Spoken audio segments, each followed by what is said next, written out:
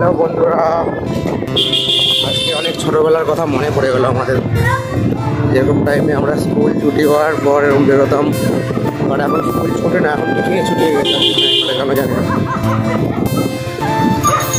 খুব আমাদের স্মৃতি রয়েছে, বাট আমি জায়গার নাম বলবো না। অনেকে জানে, বাট অনেকে জানে না এটা কোন জায়গা।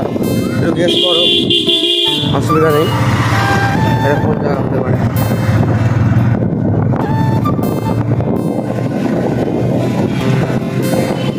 আজ একটুখানি এসেছিলাম বন্ধুদের কাছে, বেশি টাইম দিতে পারিনি।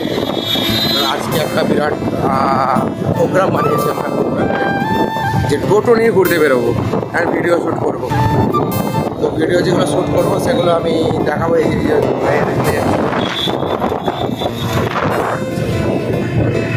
ওদের জন্য অপেক্ষা করছিলাম।